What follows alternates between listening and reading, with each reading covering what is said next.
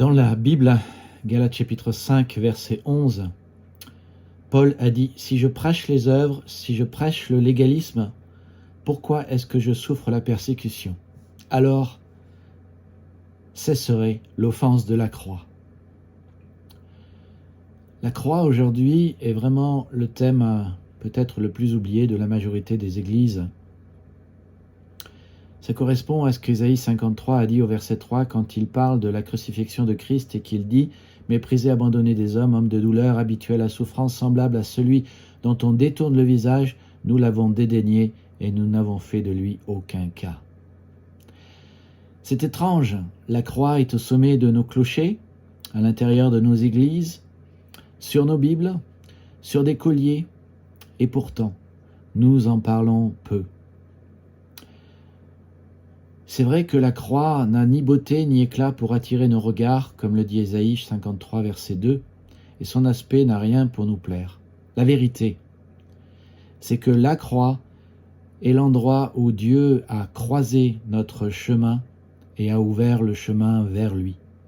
La croix, c'est la vérité, est une offense. Nous n'aimons pas parler de la croix, pour 4 raisons.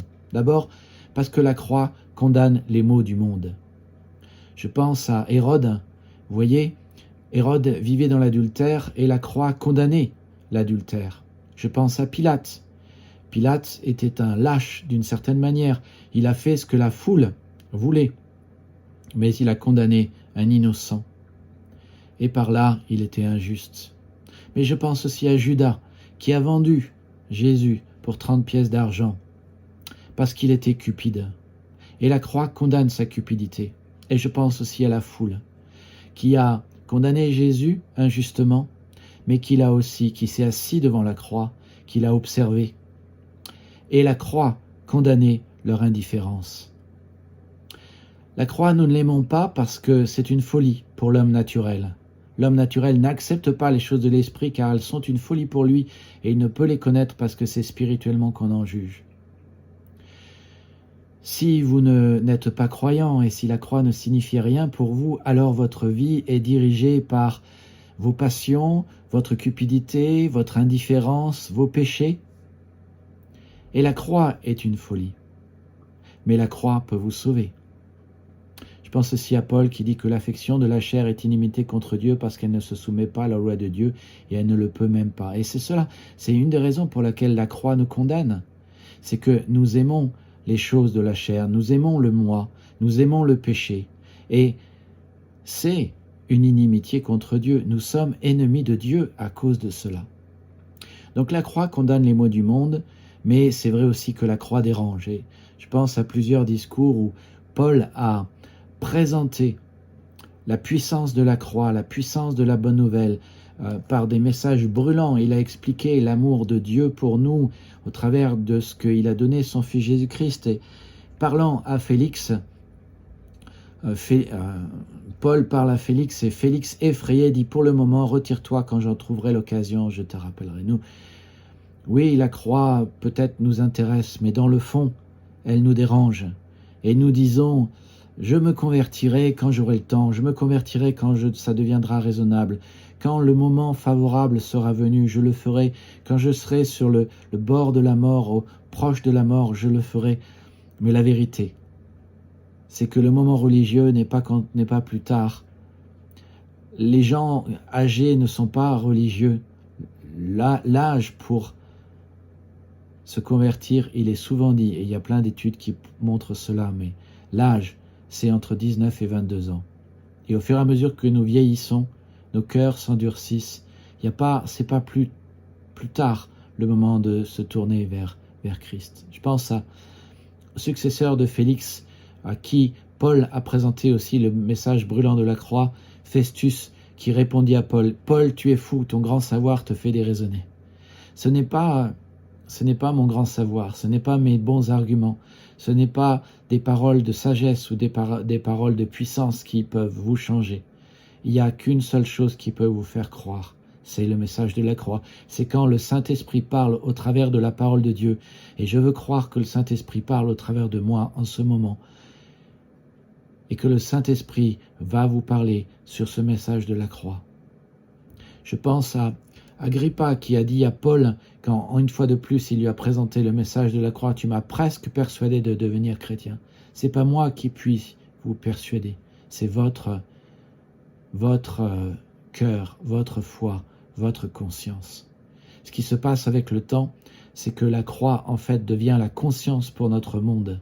Elle condamne les maux du monde, elle condamne notre immoralité, notre lâcheté, notre cupidité, notre indifférence, elle nous dérange. C'est vrai que les hommes ont tendance à préférer les ténèbres parce que nos actions sont mauvaises, leurs actions sont mauvaises, mais la vérité, c'est que la croix nous parle et de l'amour de Dieu et de la vérité, que notre cœur est possédé par l'immoralité, la lâcheté, la cupidité et l'indifférence, que la croix nous dérange, mais que la croix est le seul chemin par lequel Dieu croise notre chemin et ouvre ainsi le seul chemin qui va vers lui. Une des raisons pour lesquelles la croix dérange, c'est que le sang y a été versé. Lévitique 17:11 dit que la vie de la chair est dans le sang.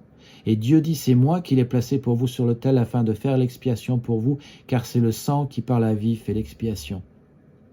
Et par la croix, Jésus-Christ, Dieu, donne sa vie pour nous, pour que l'expiation soit faite et que tout notre péché soit payé, pour que Dieu passe par-dessus notre péché et fasse ainsi la propitiation. La croix, c'est le sang de la rédemption, par lequel tous les peuples ont été rachetés pour Dieu. La croix, c'est le sang de la rémission du péché et du pardon.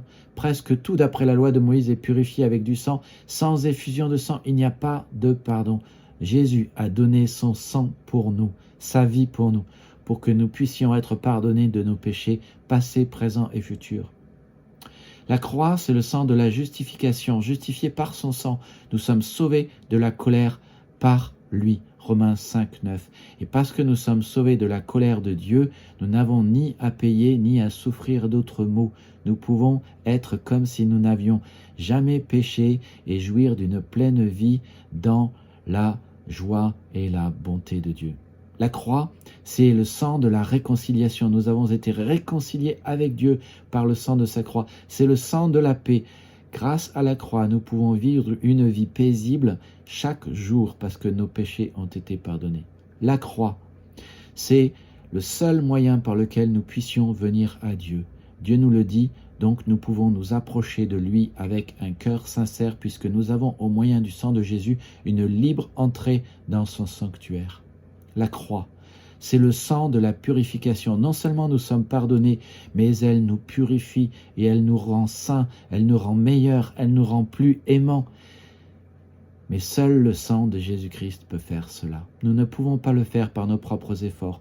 Si nous marchons dans la lumière comme il est dans la lumière, nous sommes mutuellement en communion et le sang de Jésus-Christ, son Fils, nous purifie de tout péché.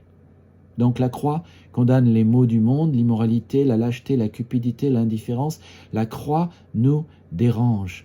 La croix, c'est le sang qui a été versé, c'est la vie de Jésus qui a été donnée pour nous. Et il n'y a pas besoin de rajouter quoi que ce soit parce que son sacrifice est parfait.